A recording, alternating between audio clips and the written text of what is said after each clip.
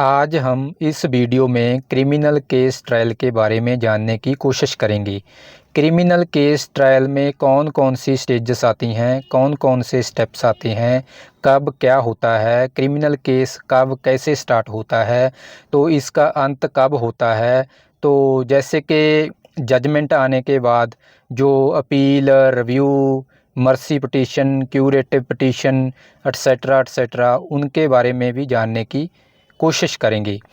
तो जैसे कि आपको पता ही है कि जब कोई जुर्म होता है, अपराध होता है, ऑफेंस होता है, क्राइम हो जाता है, तो उसके बाद जब क्रिमिनल केस स्टार्ट होता है, या तो वो पुलिस द्वारा एफआईआर रजिस्टर्ड होने से होता है, या फिर दूसरा जो प्रकार है क्रिमिनल केस का वो है कंप्लेंट केस। जैसे कि कई बार पुलिस कार्रवाई नहीं करती तो जो विक्टिम पार्टी होती है, पीड़ित देर होती है, वो डायरेक्ट मैजिस्ट्रेट के पास कंप्लेंट में चली जाती है, कंप्लेंट फाइल कर देती है।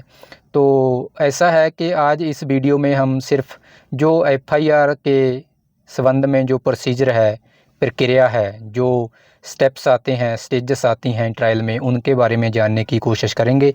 तो बने रहना इस वीडियो में अंत तक अगर आप ये प्रोसेस, पूरी प्रक्रिया, पूरा प्रोसीजर जानना चाहते हो। तो जैसे कि आपको पता ही है कि जुर्म होने के बाद पुलिस के द्वारा पहले तो एफआईआर रजिस्टर्ड होती है। तो पहला केस वह होता है जो कि पुलिस एफआईआर के आधार पर होता है, और दूसरा केस जैसे हमने बात की है कि कंप्लेंट केस हो सकता है, जिसमें भारतीय नागरिक सुरक्षा संहिता बीएनएसएस की धारा 210, 210 और 223, 223 के तहत कोर्ट में कंप्लेंट केस दायर किया जाता है। जहां हम सिर्फ पुलिस द्वारा की गई एफआईआर केस के बारे में बात करेंगे। इनको हम 3 भागों में बांटेंगे। इसके 3 पार्ट्स हैं। पहला जो भाग है पुलिस द्वारा कोर्ट चार्ज शीट फाइल, जिसको हम चालान भी बोलते हैं, चालान पेश करने से पहले का है। मतलब जैसे कि पुलिस के द्वारा एफआईआर होती है तो उसके बाद जो इन्वेस्टिगेशन होती है वो पहला भाग है। तो चालान फाइल होने तक ये है पहला भाग। और दूसरा भाग कोर्ट में केस ट्रायल का है, जो चालान पेश होने के बाद ट्रायल चलता है। और तीसरा भाग है इस वीडियो के अंदर जजमेंट के बाद का, जिसमें अपील और दया याचिका, क्यूरेटिव पिटीशन, मर्सी पिटीशन और ये वाला तो रिव्यू वगैरह। तो पहला भाग हम स्टार्ट करते हैं पुलिस इन्वेस्टिगेशन। अपराध होने के बाद सबसे पहला काम होता है उस अपराध की सूचना पुलिस को देना। जो व्यक्ति अपराध की सूचना देता है वह कंप्लेनेंट कहलाता है, शिकायतकर्ता कहलाता है। जिस व्यक्ति के साथ अपराध किया जाता है उसको हम विक्टिम बोलते हैं, पीड़ित बोलते हैं, अग्रीवर्ड पार्टी भी बोल देते हैं। और जो व्यक्ति अपराध करता है उसको हम क्रिमिनल, ऑफेंडर, दोषी, अपराधी, आरोपी ये भी बोल देते हैं। पुलिस को अपराध की सूचना देने वाला व्यक्ति पीड़ित नहीं भी हो सकता। ये ध्यान देने वाली बात है कि कंप्लेनेंट कोई भी हो सकता है जिसको जुर्म के बारे में पता चला हो। जैसे कोई व्यक्ति जिसने सिर्फ अपराध होते हुए देखा हो, साइड में खड़ा हो, अपने घर में खड़ा हो, खिड़की दरवाजे से देख रहा हो, या फिर अपनी गाड़ी में हो, गाड़ी से देख रहा हो, किसी भी तरीके से उसको जुर्म के बारे में पता चल जाए तो वो व्यक्ति कंप्लेनेंट हो सकता है, शिकायतकर्ता हो सकता है। मतलब वह व्यक्ति उस अपराध से पीड़ित ना भी हो तो भी वो शिकायत कर सकता है। पुलिस खुद भी किसी भी अपराध की शिकायतकर्ता हो सकती है। जैसे कोई पुलिस ऑफिसर ड्यूटी या गश्त पर है, पेट्रोलिंग पर है, तो वो व्यक्ति, वो पुलिस वाला भी खुद कंप्लेनेंट हो सकता है। वो कोई अपराध होते हुए देखे तो वह पुलिस ऑफिसर खुद भी कंप्लेनेंट हो सकता है। इसके अलावा पुलिस को अपने किसी मुखबिर से कोई सूचना मिले, खुफिया, या फिर कोई अपनी पहचान बताए बिना पुलिस को सूचना दे, तो उस अपराध में भी पुलिस ऑफिसर ही शिकायतकर्ता होगा। आगे बढ़ते हैं। जब भी पुलिस को अपराध की सूचना मिलती है तो उसका पहला काम होता है बीएनएसएस की धारा 173 के तहत, जैसे कि पहले हम सीआरपीसी में पढ़ते थे 154 154 और इस नए लॉ में है 173। इसके तहत एफआईआर दर्ज होती है, लॉज होती है, रजिस्टर्ड होती है। अगर समय नहीं है एफआईआर दर्ज करने का, जैसे कि कोई क्राइम हो रहा है, उस क्राइम को रोकना बहुत ज़रूरी है ताकि ज़्यादा नुकसान ना हो जाए, तो मौके पर घटना स्थल पर पहुंचना ज़रूरी है। तो पुलिस पहले मौके पर जाकर हालात काबू में करेगी, जुर्म को रोकेगी और फिर एफआईआर दर्ज करेगी। जैसे कि आपको पता ही है कि कई अपराध तो बहुत सीरियस टाइप के होते हैं, हीनियस क्राइम होते हैं, जैसे बलात्कार, रेप, मर्डर, कत्ल और भी बहुत जो कई क्राइम होते हैं सीरियस टाइप के होते हैं। ऐसे मामलों में यदि आरोपी पकड़ा नहीं गया तो सबसे पहले पुलिस आरोपी को ढूंढकर बीएनएसएस की धारा 35 के तहत बिना वारंट के उसे अरेस्ट करती है। पुलिस बीएनएसएस की धारा 49 के तहत 49 के तहत उस आरोपी की तलाशी करती है, या फिर बीएनएसएस की धारा 185 के तहत पुलिस उस स्थान की भी तलाशी करती है। जैसे कि पहले हमने एक वीडियो में बात की थी, यहाँ पर वह अपराधी पकड़ा गया है, जो भी सामान उस आरोपी से, दोषी व्यक्ति से मिलता है, उसके पास जो भी होता है, सिर्फ उसके कपड़ों को छोड़कर, जो उसने पहन रखे होते हैं उनको छोड़कर जो भी सामान उसके पास होता है, वह सामान पुलिस द्वारा अपनी कस्टडी में रख लिया जाता है, अर्थात उसको जब्त कर लिया जाता है। उस सामान की जो जब्ती रसीद होती है, रिसिप्ट होती है, वो पुलिस द्वारा आरोपी व्यक्ति को दे दी जाती है उस सामान के बारे में। इसके बाद पुलिस बीएनएसएस की धारा 36 ग के तहत उस आरोपी के किसी भी परिचय, जो उसको जानता है, जहाँ उसका कोई रिश्तेदार है, कोई फ्रेंड है, यार दोस्त मित्र है, कोई भी हो, कोई फैमिली मेम्बर है, उस आरोपी की गिरफ्तारी के बारे में, अरेस्ट के बारे में उसको खबर करेगी। अगर ज़रूरी हुआ तो आरोपी के दिए गए पते पर, एड्रेस पर किसी पुलिस ऑफिसर द्वारा जाकर उसके घर वालों को, उसके फैमिली मेम्बर्स को इतला दी जाएगी उसकी अरेस्ट के बारे में। पुलिस एफआईआर करने से पहले या फिर एफआईआर करने के बाद जैसा भी ठीक समझे, अपराधी व्यक्ति को एवं पीड़ित व्यक्ति को, दोनों को बीएनएसएस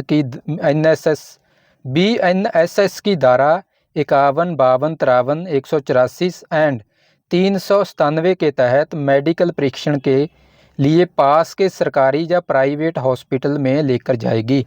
बीएनएस की धारा 30 के अनुसार भी एक डॉक्टर घायल या रोगी व्यक्ति का उसकी सहमति के बिना उसके जीवन की रक्षा के लिए उसका इलाज कर सकता है। बीएनएस की धारा 200 के तहत, 200 के तहत भी कोई भी हॉस्पिटल पीड़ित व्यक्ति का इलाज करने के लिए मना नहीं कर सकता। यदि मामला रेप का है, बलात्कार का है, तो बीएनएसएस की धारा 184 सबसेक्शन 6 के तहत डॉक्टर को रेप की जांच की रिपोर्ट 7 दिन के अंदर पुलिस थाने में भेजनी पड़ेगी। ये नए लॉ में प्रोविजंस हैं जो हम ये स्टडी कर रहे हैं। इन सब कार्रवाइयों के बाद अगर पुलिस को लगता है कि जिस धारा में केस बनता है वो धारा बेलेबल है, जमानतीय है, जमानत जोग है, या फिर पुलिस के पास आरोपी के खिलाफ पर्याप्त सबूत नहीं है, ठोस एविडेंस नहीं है, तो दोनों ही स्थितियों में आरोपी को बीएनएसएस की धारा 478 के तहत, 478 के तहत पुलिस थाने से ही जमानत पर छोड़ सकती है, छोड़ दिया जाएगा उस आरोपी को अगर वो जमानत दे देता है। बेलेबल ऑफेंस की बात कर रहे हैं हम। इसके लिए पुलिस द्वारा किसी प्रकार की जमानती की, श्योरिटी की या बेल बॉन्ड की मांग की जाती है। अगर अपराध नॉन बेलेबल ऑफेंस में आता है, गैर जमानती अपराध है, इन धाराओं में आता है, तो उदाहरण के लिए जैसे कि बीएनएस की धारा 64 जो रिगार्डिंग रेप है, बलात्कार के संबंध में है, या फिर हम बोल सकते हैं कि मर्डर के बारे में, तो बीएनएसएस की धारा 58 के तहत 58 के तहत पुलिस दोषी व्यक्ति को अरेस्ट करने के 24 घंटे के अंदर अंदर मैजिस्ट्रेट के सामने पेश करेगी। जैसे कि पहले भी हमने एक वीडियो में बात की थी 24 घंटे के बारे में, कि 24 घंटे के अंदर अंदर मैजिस्ट्रेट के सामने दोषी व्यक्ति को पेश करना ज़रूरी है। और याद रहे कि इसमें जो जर्नी टाइम है, आने जाने का जो टाइम है, वो शामिल नहीं है। नोट है एक, वो देख लेते हैं। ऐसे अपराध जिनमें 7 वर्ष तक की सज़ा है, उसमें पुलिस किसी भी व्यक्ति को गिरफ्तार नहीं कर सकती। पुलिस द्वारा उस व्यक्ति को थाने से सिर्फ नोटिस देकर छोड़ दिया जाएगा, और जब पुलिस कोर्ट में चालान पेश करेगी उस दिन उस व्यक्ति को सीधे कोर्ट में हाजिर होना होगा और कोर्ट में जमानत लेनी होगी। यह निशारदेश ऑनरेबल सुप्रीम कोर्ट द्वारा एक बहुत फेमस केस शायद आपने पढ़ा हो, स्टडी किया हो, Arnesh Kumar versus state of Bihar. ये वाला केस हम जो CRPC का सेक्शन 41 था 41A, उसके बारे में भी पढ़ते थे कि इस केस में जो अरेस्ट के बारे में गाइडलाइंस दे रखी हैं। तो ये केस आप इंटरनेट पे जाके स्टडी कर सकते हो। Arnesh Kumar versus state of Bihar and another, ये 2014 का सुप्रीम कोर्ट का केस है। इसमें अरेस्ट के बारे में बहुत कुछ लिखा है। इसके बाद पुलिस मैजिस्ट्रेट से आरोपी की पुलिस कस्टडी मांगती है। पुलिस कस्टडी का मतलब है कि आरोपी को थाने ले जाकर उससे पूछताछ करना। जैसे कि हम कई बार रिमांड के बारे में बात करते हैं, वो वाला। जैसे उसमें पूछताछ होती है कि घटना कैसे हुई, कहाँ हुई, हथियार कहाँ रखा है, कहाँ छुपा के रखा है, अपराध में कौन कौन शामिल हैं, एटसेट्रा एटसेट्रा। ऐसे कुछ सवाल क्वेश्चन हो सकते हैं। BNSS की धारा 187 के तहत मैजिस्ट्रेट के ऊपर है कि आरोपी को पुलिस कस्टडी में भेजना है या नहीं, रिमांड देना है या नहीं। सुप्रीम कोर्ट ऑफ इंडिया का एक केस है Manubhai Rattilal Patel versus state of Gujarat and others on सितंबर 28 सितंबर का ये केस है 2012 का। यदि पुलिस कस्टडी में भेजना है तो BNSS की धारा 187 सबसेक्शन 3 के तहत पुलिस कस्टडी 15 दिन से अधिक नहीं होगी। ये इस केस की हम बात कर रहे हैं। जैसे कि इस नए लॉ में आपको पता ही है कि जो रिमांड है उसको बढ़ाया जा सकता है। जैसे कि 60 और 90 दिन की प्रोविज़न इस नए लॉ में डाल रखी है, वो भी आप देख सकते हो। और यदि पुलिस कस्टडी में नहीं भेजना होगा तो फिर मैजिस्ट्रेट द्वारा आरोपी को जुडिशियल कस्टडी में, इसका मतलब है कि जेल में भेज दिया जाता है। फिर आरोपी को जमानत देने की पावर मैजिस्ट्रेट के पास ही होगी। लेकिन यदि केस सेशन कोर्ट का है, सेशन कोर्ट द्वारा ट्रायबल है, जैसे कि हत्या या रेप का केस, ऐसा कोई मामला है, तो मैजिस्ट्रेट BNSS की धारा 232 के तहत प्रक्रिया पूरी होने के बाद केस को सेशन कोर्ट के पास भेज देगी, उसके सुपुर्द कर देगी। क्योंकि BNSS की धारा 23 के तहत मैजिस्ट्रेट के पास केवल उन अपराधों को विचारण करने की शक्ति है जिनमें केवल 3 वर्ष तक की सज़ा हो, या फिर 10,000 रुपये का जुर्माना, या फिर जो आपको पता ही है कि नई पनिशमेंट आई है कम्युनिटी सर्विस, सामुदायिक सेवा, समाज की सेवा। जबकि BNSS की धारा 22 के तहत 22 के तहत सेशन जज के पास डेथ पनिशमेंट तक की शक्ति है। इसलिए गंभीर धाराओं में किए गए अपराधों की सुनाई मैजिस्ट्रेट नहीं कर सकते। इसीलिए मैजिस्ट्रेट को केस को मतलब आगे भेजना पड़ता है। जैसे कि मैजिस्ट्रेट जो सीरियस क्राइम हम बात कर रहे हैं, रेप, मर्डर वगैरह, इनको फिर वो ऊपर सेशन के पास भेज देता है। जो हम डेथ पनिशमेंट वाली बात कर रहे थे वो हाई कोर्ट से कंफर्म कराना ज़रूरी होता है। उसके बारे में हम पहले भी एक वीडियो में बात कर चुके हैं। आगे बढ़ते हैं जी। आरोपी द्वारा जमानत या अग्रिम जमानत लेना, इसका मतलब है कि एंटीसिपेटरी बेल। एक रेगुलर बेल के बारे में आपने सुना है कि जो जब व्यक्ति जुडिशियल कस्टडी में होता है तो रेगुलर बेल, नियमित जमानत जो हम फाइल करते हैं, और एक एंटीसिपेटरी बेल जो बाहर की बाहर हम अपराधी की बेल लगाते हैं। अरेस्ट से पहले अगर कोई आरोपी व्यक्ति गिरफ्तार नहीं हुआ या फिर भाग गया है, लुक छुप गया है, वह आरोपी अपने वकील के माध्यम से BNSS की धारा 482 के तहत कोर्ट में एंटीसिपेटरी बेल लगा सकता है, फाइल कर सकता है। बेल हो या ना हो ये तो बाद की बात है। एक बात ज़रूर याद रखना कि जो इस नए लॉ की धारा 482 है ये एंटीसिपेटरी बेल के बारे में है। पहले CRPC में 482 सेक्शन इनहेरेंट पावर्स के बारे में था, जो हाई कोर्ट की इनहेरेंट पावर्स हैं, शक्तियां हैं। तो अब है 482 एंटीसिपेटरी बेल। तो आगे जो BNS की धारा 480 है उसके तहत मैजिस्ट्रेट की कोर्ट से, और धारा 483 के तहत नया जो सेशन कोर्ट होती है उसकी कोर्ट से रेगुलर बेल ले सकता है, मतलब फ़ाइल कर सकता है। रेगुलर बेल होना या ना होना ये तो बाद की बात है।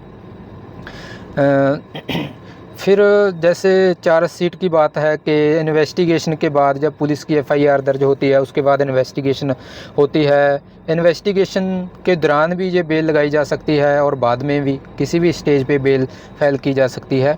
चार्जशीट मीन्स चालान।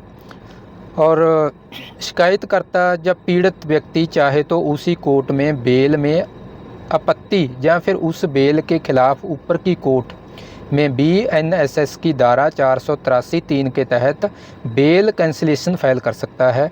जैसे कि बेल को अपोज किया जाता है, ठीक है जी, और या फिर बेल कैंसिलेशन फाइल कर सकते हैं। आरोपी को जमानत ना मिले, जिससे से आरोपी को जमानत ना मिले और यदि मिल गई है तो जमानत रद्द करवाने के लिए अपोज किया जा सकता है, बेल कैंसिलेशन फाइल की जा सकती है। फ्रेंड्स, वैसे तो मैं आपसे एक माफ़ी भी मांगना चाहता हूं क्योंकि हिंदी में थोड़ा स्पीकिंग में थोड़ी दिक्कत है। अगर प्रोनाउंसिएशन में कोई दिक्कत हो तो सॉरी। वैसे मैं प्रेफरेंस देता हूं इंग्लिश और पंजाबी को। हिंदी में तो वैसे आज मूड बन गया मेरा वीडियो बनाने का, क्योंकि मैंने PDF जो क्रिएट कर रखा है वो हिंदी में है। पुलिस द्वारा केस में इन्वेस्टिगेशन करना और सबूत इकट्ठा करना, ये है। आगे हम बढ़ते हैं। ऊपर बताई गई बात सभी कार्रवाइयाँ और FIR रजिस्टर्ड होने के बाद पुलिस का काम होता है कि वो केस की निष्पक्ष जांच करे, किसी का कोई फेवर ना करे, अकॉर्डिंग टू लॉ केस की जांच करे और कोर्ट में चार्जशीट फाइल करे, जिसको हम बोलते हैं चालान।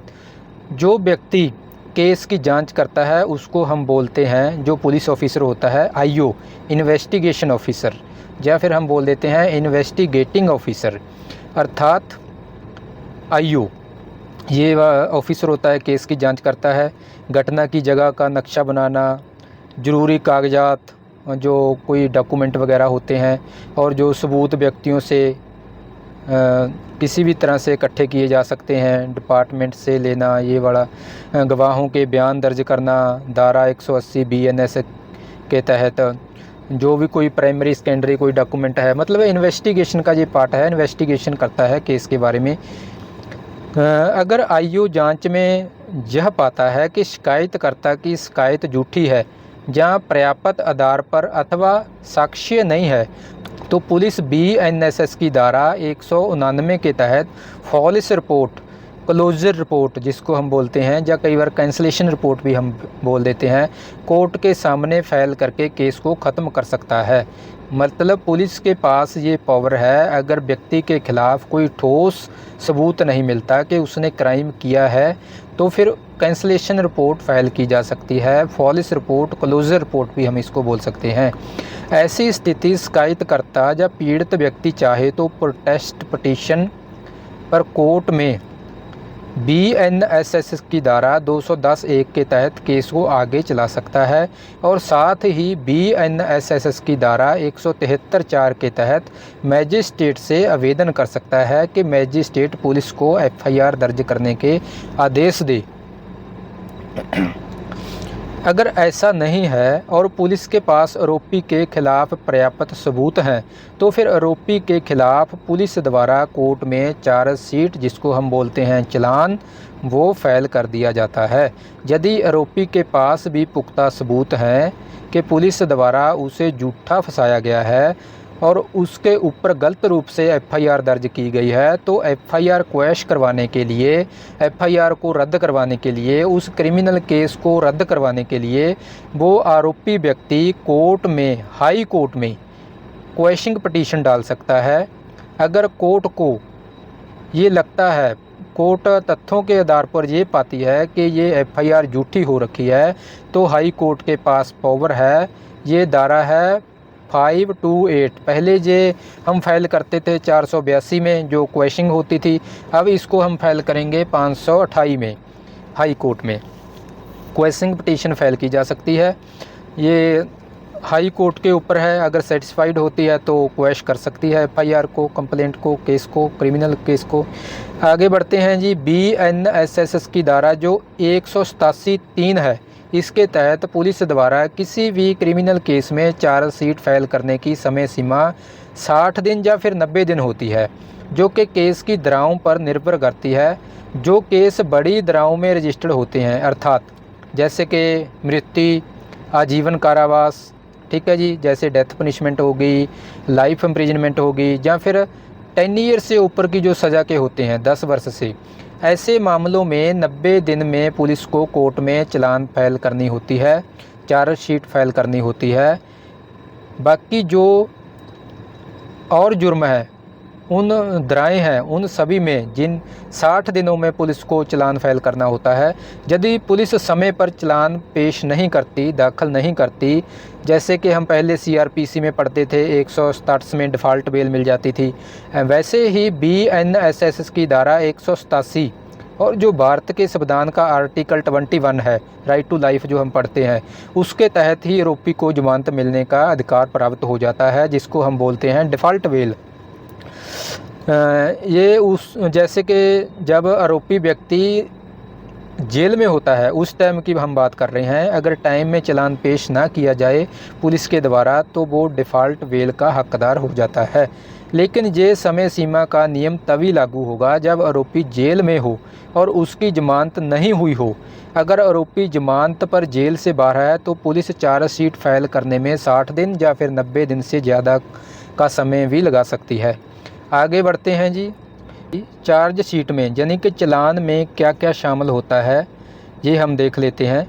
क्रिमिनल केस ट्रायल की चार्जशीट में ये चीज़ें शामिल होती हैं। नंबर 1 यानी कि चालान में दोनों पार्टियों, शिकायतकर्ता, पीड़ित और आरोपी का नाम, एड्रेस, अपराध की सूचना की प्रकृति कि पुलिस को अपराध की सूचना कैसे मिली, कब मिली, शिकायतकर्ता, पीड़ित की शिकायत, जो शिकायत उसने की है, ठीक है जी, पीड़ित और आरोपी की मेडिकल रिपोर्ट, आरोपी की गिरफ्तारी से संबंधित पेपर, गवाहों के बीएनएसएस धारा 180 के बयान, आरोपी से जब्त किया हुआ हथियार या वेपन सामान कुछ भी हो, घटना स्थल का नक्शा, मैप, अन्य कोई केस से संबंधित पेपर, बीएनएसएस की धारा 176 के तहत 176 के तहत वीडियोग्राफी और फोरेंसिक रिपोर्ट। जैसे कि आपको पता होगा कि इस नए लॉ में ये वीडियोग्राफी और ऑडियोग्राफी का जो नया प्रोविज़न डाला है कि ये भी करना ज़रूरी है पुलिस को।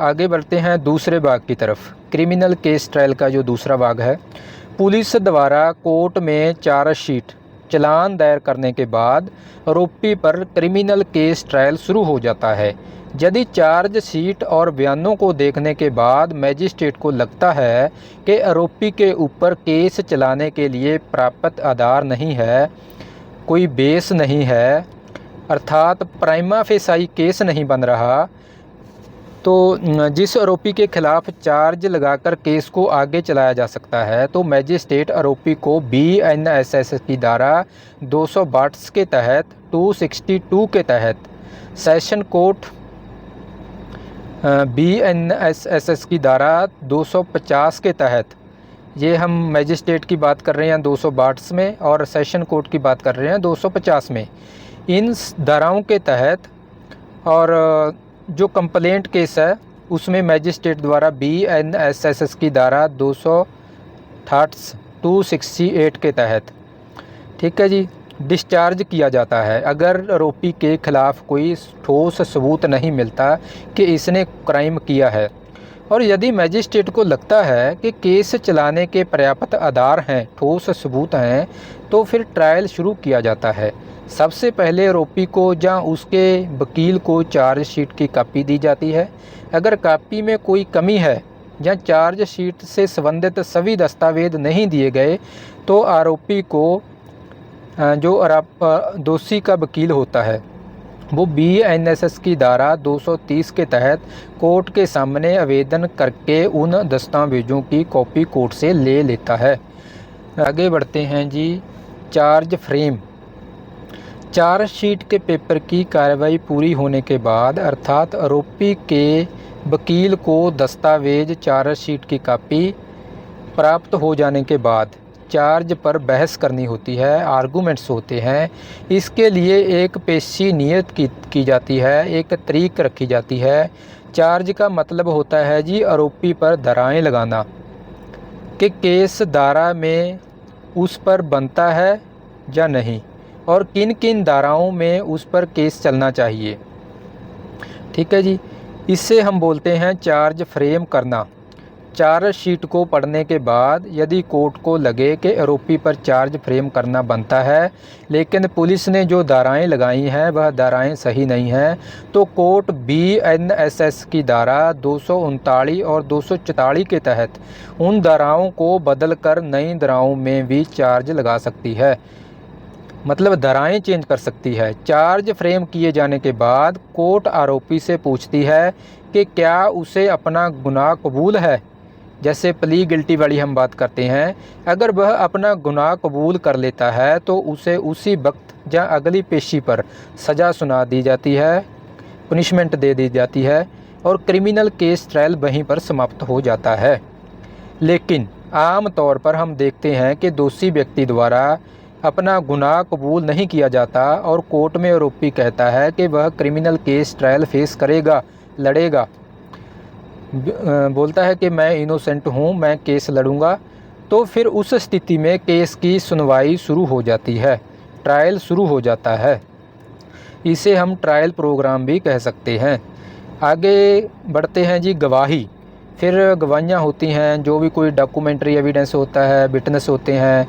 ठीक है जी, देखते हैं क्या क्या होता है। क्रिमिनल केस ट्रायल शुरू होने के बाद इस स्टेज पर पुलिस द्वारा चालान में दी गई गवाहों की लिस्ट के अनुसार भारतीय साक्ष्य अधिनियम, जो एविडेंस की जगह पर नया लॉ आया है, उसकी जो धारा 142 है, 142, ठीक है जी, इसके तहत गवाहों की गवाही होती है, जिसको हम जिरा भी बोलते हैं, क्रॉस एग्जामिनेशन।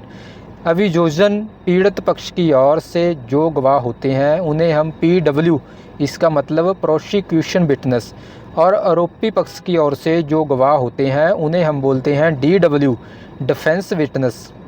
ठीक है जी, यह गवाह क्रमवार होते हैं, जैसे कि PW1, PW2, जैसे कि हम ऑर्डरों में पढ़ते हैं, PW3, जैसे DW1 जो डिफेंस विटनेस हैं, DW2, DW3, एरा वगैरह। और यदि इन गवाहों के द्वारा कोई सबूत कोर्ट में पेश किया जाता है तो उसे, जैसे कोई डॉक्यूमेंट वगैरह लगाने होते हैं फाइल में, तो जैसे हम बोलते हैं कि एग्जिबिट लगा दिया, ये exhibit P1, exhibit P2, P3 ऐसे करके, तथा एग्जिबिट D1, D2, D3 जो डिफेंस की तरफ से के रूप में प्रदर्शित होते हैं, एग्जिबिट होते हैं फाइल में, केस में। सबसे पहले विक्टिम शिकायतकर्ता की गवाही होती है। इसके बाद कोई पब्लिक विटनेस, जैसे घटना के वक्त कोई चश्मदीद गवाह जो आई विटनेस वगैरह होते हैं उनकी गवाही। इसके बाद पुलिस की और डॉक्टर या फोरेंसिक लैब वालों की, जो भी कोई विटनेस होता है उनकी, जो भी केस के अनुसार उस लिस्ट में दिए जाते हैं इन्वेस्टिगेशन ऑफिसर के द्वारा। ठीक है जी, इन्वेस्टिगेशन ऑफिसर की गवाही होती है। तो आगे बढ़ते हैं जी। पहले अभियोजन पीड़ित पक्ष के वकील होते हैं, जो सरकारी वकील भी होते हैं, या फिर उसको जो वकील असिस्ट करते हैं। अभियोजन पक्ष के गवाहों का मुख्य परीक्षण एग्जामिनेशन इन चीफ बोलते हैं, ये करते हैं। इसके बाद आरोपी के वकील होते हैं, उसे बचाने के लिए अभियोजन पक्ष के गवाहों का मुख्य परीक्षण हो जाने के बाद उसे जिरा, जिसे हम क्रॉस बोलते हैं, क्रॉस एग्जामिनेशन, ठीक है जी। तो यहाँ ध्यान में रखने वाली बात ये है कि भारतीय साक्ष्य अधिनियम की जो धारा 151, 152 और 154 के तहत आरोपी के वकील अभियोजन पक्ष के गवाहों से ऐसा बिना आधार के कोई प्रश्न नहीं करेंगे या फिर कोई ऐसा प्रश्न भी नहीं करेंगे जिससे कि गवाहों के चरित्र पर आंच आए या वह अपमानित हों। यदि आरोपी के वकील ऐसा कोई प्रश्न पुट करते हैं, कोर्ट की अनुमति के बगैर पूछते हैं, तो वह कोर्ट की अपमानता होगी, कंटेम्प्ट ऑफ कोर्ट मानी जाएगी। ऐसी स्थिति में वह मजिस्ट्रेट या न्यायाधीश आरोपी के वकील की रिपोर्ट हाई कोर्ट या बार काउंसिल से कर सकते हैं। फिर आगे यदि वकील के खिलाफ़ कोई कार्रवाई करनी है तो हाई कोर्ट या बार काउंसिल करेंगे। इसीलिए प्रति परीक्षण क्रॉस एग्जामिनेशन में इन बातों का विशेष ध्यान रखना चाहिए। आगे बढ़ते हैं जी। क्रॉस एग्जामिनेशन जो आरोपी के वकील द्वारा किया जाता है। क्रिमिनल केस सबसे अहम भाग होता है जी, जो क्रॉस एग्जामिनेशन होता है ये क्रिमिनल केस का सबसे इम्पोर्टेंट भाग होता है। इसी में आपके वकील की काबिलियत देखी जाती है कि वे केस को किस प्रकार अपने अनुसार मोड़ के आरोपी को बचा सकता है। क्रॉस एग्जामिनेशन में और आर्गूमेंट्स में हम काबिलियत देख लेते हैं वकील की।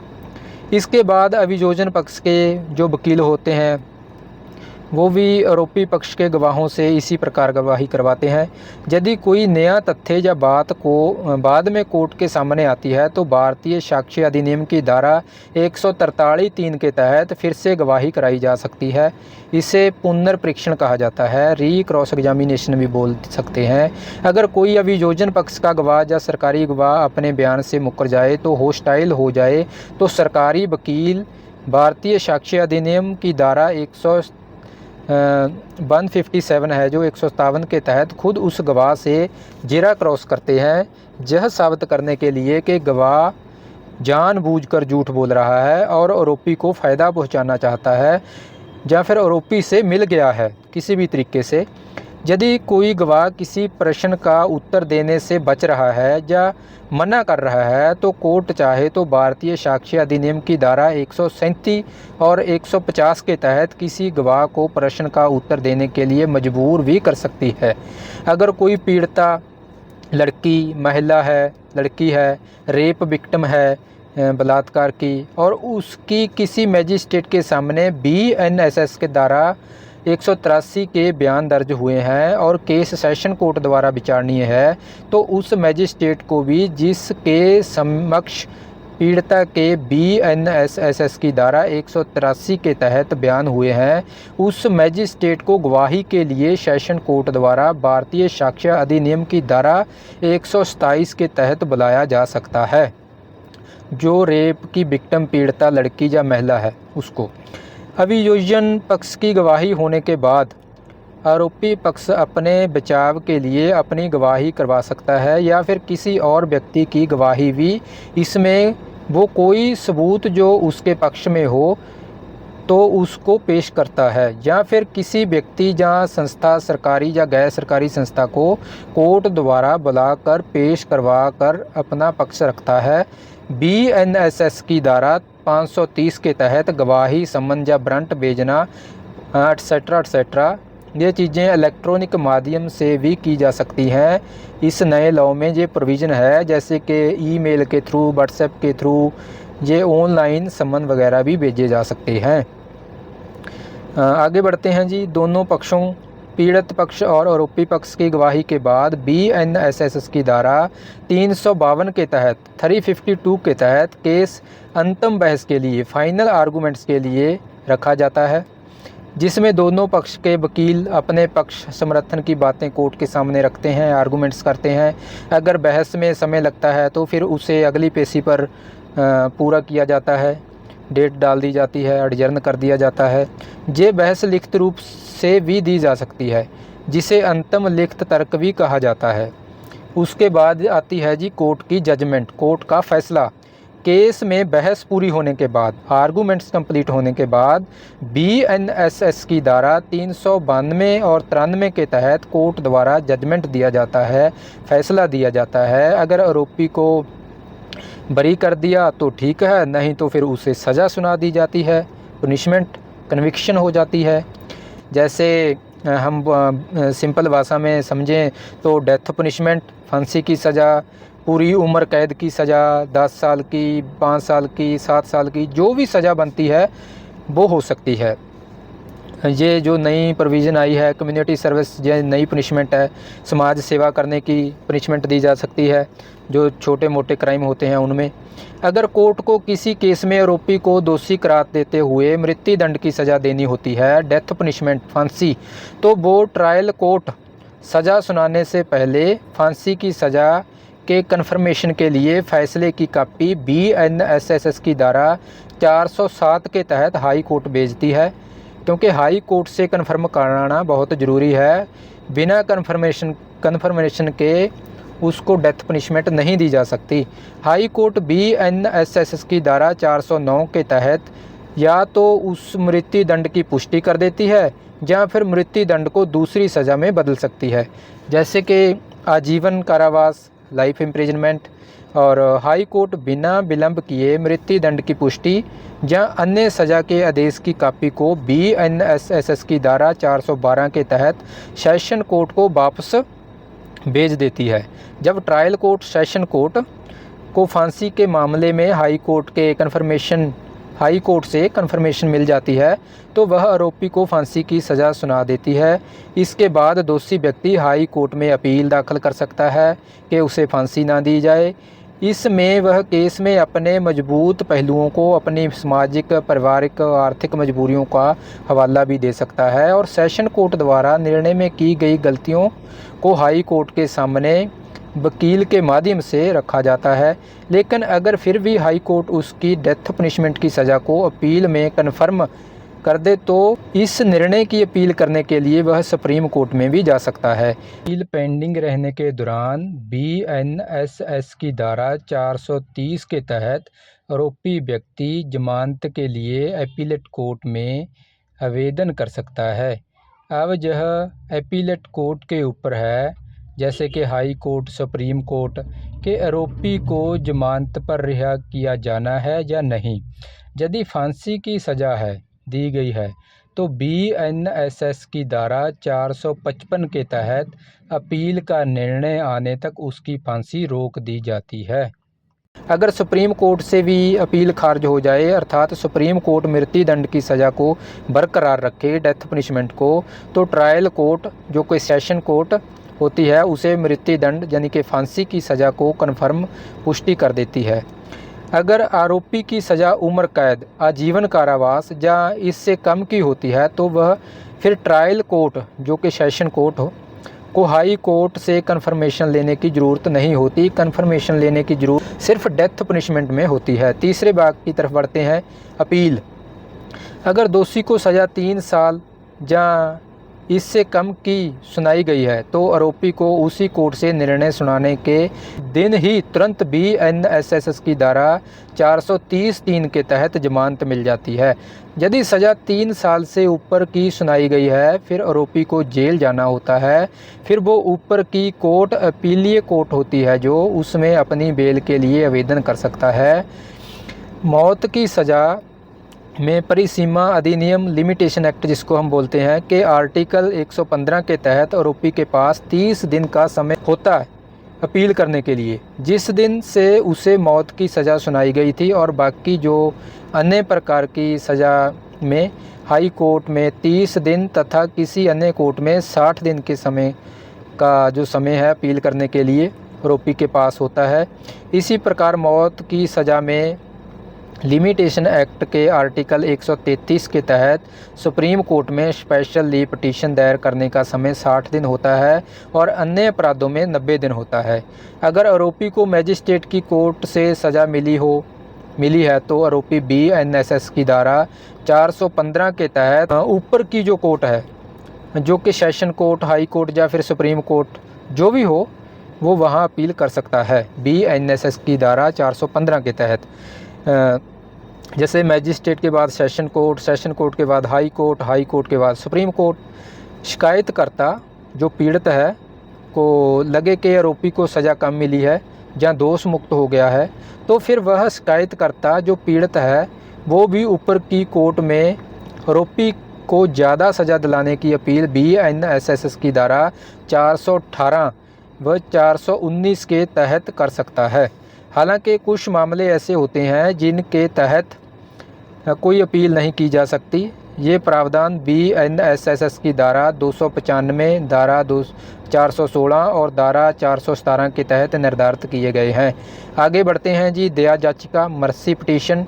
अगर दोषी व्यक्ति को फांसी की सज़ा सुनाई गई है और हाई कोर्ट तथा इसके बाद सुप्रीम कोर्ट में भी अपील खारिज हो गई है, तो दोषी व्यक्ति संविधान के अनुच्छेद 61 के तहत अपने राज्य के राज्यपाल और राष्ट्रपति प्रेसिडेंट के पास कॉन्स्टिट्यूशन के आर्टिकल 72 के तहत, संविधान का जो आर्टिकल 72 है उसके तहत दया याचिका लगा सकता है।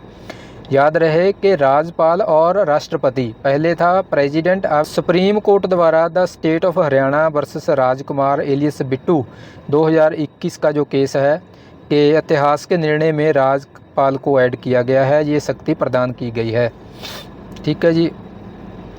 पुनर्विचार याचिका, जो जिसको हम रिव्यू पिटीशन बोलते हैं, उपचारात्मक याचिका, क्यूरेटिव पिटीशन।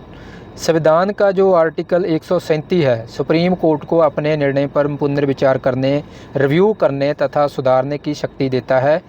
जो कॉन्स्टिट्यूशन का आर्टिकल 137 है उसके तहत दोषी व्यक्ति सुप्रीम कोर्ट में रिव्यू पिटीशन, पुनर्विचार याचिका लगा सकता है, जिससे कि सुप्रीम कोर्ट अपने ही निर्णय पर दोबारा विचार कर सके। यदि रिव्यू पिटीशन में भी सुप्रीम कोर्ट अपना निर्णय कायम रखे और मृत्युदंड की सज़ा को बरकरार रखे, तो फिर दोषी व्यक्ति के पास आखिरी और अंतिम उपाय यह रहता है कि वह दोषी व्यक्ति सुप्रीम कोर्ट में क्यूरेटिव पिटीशन दायर करे। क्यूरेटिव पिटीशन शब्द की उत्पत्ति है, जो ये शब्द आया है क्यूर से। क्यूर का जैसे हम जानते हैं कि इसका मतलब होता है उपचार या इलाज। जो क्यूरेटिव पिटीशन है इसमें यह बताना आवश्यक होता है कि जांचकर्ता किस आधार पर, पिटीशनर किस आधार पर सुप्रीम कोर्ट के फैसले को चुनौती दे रहा है।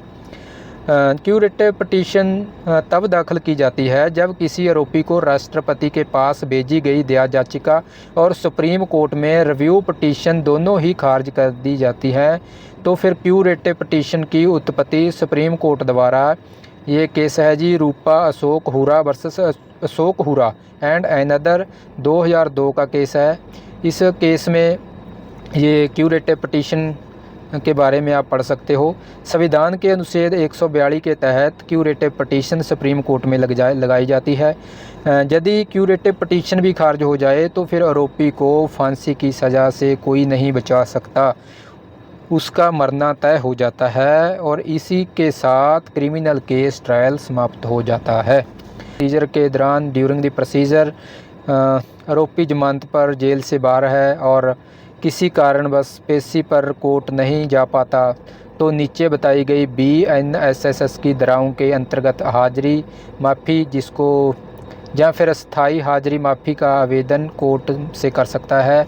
कई बार हम बोलते हैं कि एग्जम्पशन लगा दो, ठीक है जी, मतलब उसको अक्यूज्ड को माफ़ी मिल जाती है पेश होने से, उसकी अटेंडेंस के बारे में। पेशी में हाजिरी माफ़ी, इसके बारे में जानते हैं जी थोड़ा।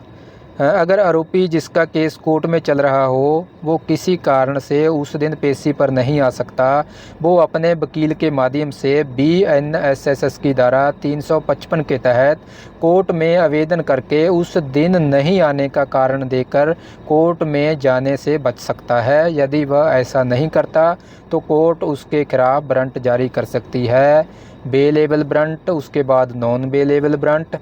आगे बढ़ते हैं जी। आरोपी अपनी कोई मजबूरी जैसे कि कोई बीमारी, वृद्धावस्था या कोर्ट से उसके घर की दूरी या अन्य सुरक्षा के कारणों का हवाला देकर वो अपने वकील के माध्यम से BNSS की धारा 228 के तहत कोर्ट में स्थायी हाजिरी माफ़ी, परमानेंट एग्जम्पशन ले सकता है।